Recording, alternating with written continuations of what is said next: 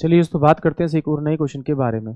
इस क्वेश्चन में एग्जामिनर ने कहा है ए बी और सी मिलकर किसी काम को 7.5 दिन में पूरा कर सकते हैं। सी की उत्पादकता ए से 3 गुनी है और बी अकेले उस काम को 15 दिन में पूरा कर सकता है। यदि बी छुट्टी पर चला जाए तो ए और सी उस काम को कितने दिन में पूरा कर सकते हैं, और बताएं कि सी अकेला उस काम को कितने दिन में पूरा कर सकता है। ये एग्जामिनर ने मुझसे पूछा है। तो देखिए एग्जामिनर ने कहा कि भाई ए और जो बी है और सी है, ये तीनों जब मिलते हैं तो किसी काम को 7.5 दिन में करते हैं। यानी कि मैं इसे लिख सकता हूँ 15/2 दिन में इसे पूरा करते हैं। और एग्जामिनर कह रहा है कि बी अगर उस काम को अकेले करेगा तो उसे पूरा 15 दिन लगेंगे। तो अगर मैं इन दोनों का एलसीएम निकालूँ तो एलसीएम मेरे पास में 15 आएगा, यानी कि टोटल वर्क जो है वो 15 करेंगे। इस 15 को इससे डिवाइड करूंगा तो ये तीनों मिलकर 2 यूनिट काम करेंगे और बी अकेला 1 यूनिट काम करेगा। अब बहुत सारे बच्चे सोच रहे होंगे सर ये 2 कहाँ चला गया। देखिए इसके नीचे 1 होता है, इसके नीचे 2 लिखा हुआ है। जब इनका एलसीएम निकालते हैं यानी लघुत्तम निकालते हैं तो ऊपर वाली वैल्यू का लघुत्तम और नीचे वाली का महत्व समापवर्तक यानी कि एचसीएफ। तो एचसीएफ में कॉमन आता है तो कॉमन मेरे पास 1 आएगा, तो 1 को लिखो या ना लिखो इससे कोई फर्क नहीं पड़ता। तो सिंपल सी बात है, यहाँ पर देखिए बी जो है एक दिन में 1 यूनिट काम करता है, तो ए और सी ने बाकी बचा हुआ जो काम है वो 1 यूनिट वो इन दोनों ने किया होगा। यानी कि अगर टोटल यूनिट 2 काम है तो उसमें से बी 1 कर रहा है, तो बाकी जो बचा हुआ यूनिट वर्क है वो ए और सी करेंगे। तो ए और सी कितना करते हैं, एक दिन में 1 यूनिट काम करते हैं। तो ए और सी से अगर मुझे पूरा काम कराना है तो 15 यूनिट काम है और ये एक दिन में 1 यूनिट काम करते हैं। इसका मतलब है ए और सी मिलकर इस पूरे काम को 15 दिन में कर लेंगे। बट एग्जामिनर ने मुझे एक चीज़ और चीज़ पूछी है, उसने कहा ए और सी की जो एफिशिएंसी है, अगर एक दिन में 1 यूनिट काम करेगा तो सी एक दिन में 3 यूनिट काम करेगा। यानी कि ये इसका एग्जामिनर ने वर्क का रेशियो दे रखा है। तो वर्क का रेशियो दे रखा है तो आप इसका एलसीएम निकालेंगे तो एलसीएम कितना आएगा 3, और इस 3 को डिवाइड करेंगे तो ए जो है उस पूरे काम को करने में 3 दिन लेगा और सी जो है उसे 1 दिन लेगा।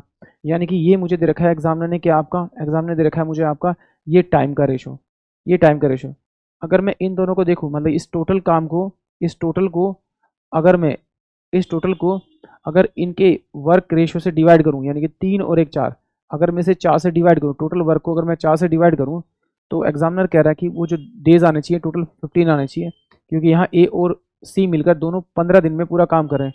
तो इसे किससे मल्टीप्लाई करना पड़ेगा, 20 से। इसको इससे डिवाइड करेंगे तो 20 आएगा, जिससे इसे मल्टीप्लाई किया उसी से आप इसके टाइम को मल्टीप्लाई कर दीजिए।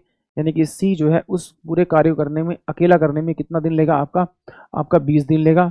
और जो आपका ए जो है वो 60 दिन लेगा। एग्जामिनर ने मुझसे पूछा है कि भाई ए और सी मिलकर उसे कितने दिन में काम करेगा, यानी कि 15 दिन में, और सी जो है अकेले मिलकर उसे काम को करने में कितने दिन लेंगे, 20 दिन लेंगे। यानी कि ऑप्शन जो ए होगा वो इस क्वेश्चन के लिए करेक्ट होगा।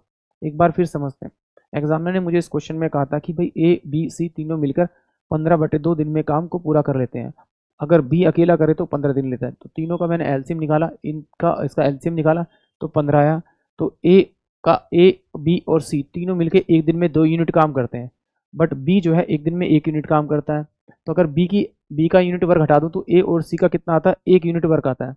टोटल काम 15 था, ए और सी मिलकर एक दिन में 1 यूनिट काम करते हैं, डिवाइड किया तो 15 दिन लेंगे वो पूरे काम को कंप्लीट करने में दोनों मिलके।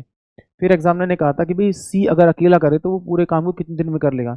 तो सी की जो एफिशिएंसी है वो ए से कितनी है, सॉरी सी की जो एफिशिएंसी है वो ए से 3 गुना है, 3 गुनी है। तो अगर ए की 1 है तो सी की कितनी होगी, आपकी 3 होगी। इन दोनों का एलसीएम निकालूंगा तो टोटल वर्क कितना है मेरे पास में 3। तो इसका टाइम कितना लगेगा, ए का 3 दिन और सी का कितना लगेगा, 1 दिन।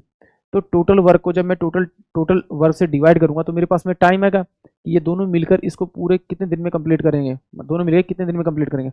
तो टोटल वर्क यहाँ पे 3 था और ये कितना था आपका, ये 3 यूनिट कर रहा था, ये 1 यूनिट, तो ये 4। तो ये जब 3/4 को मैं डिवाइड करूंगा तो मेरे पास 15 दिन आना चाहिए, क्योंकि 15 दिन मैंने निकाल लिया। बट यहाँ 15 नहीं बनना, तो इसको 15 बनाने के लिए क्या किससे मल्टीप्लाई करेंगे, इस वाली वैल्यू को इससे डिवाइड किया तो 20 आया, 20 से मल्टीप्लाई करो तो 15 बन जाए।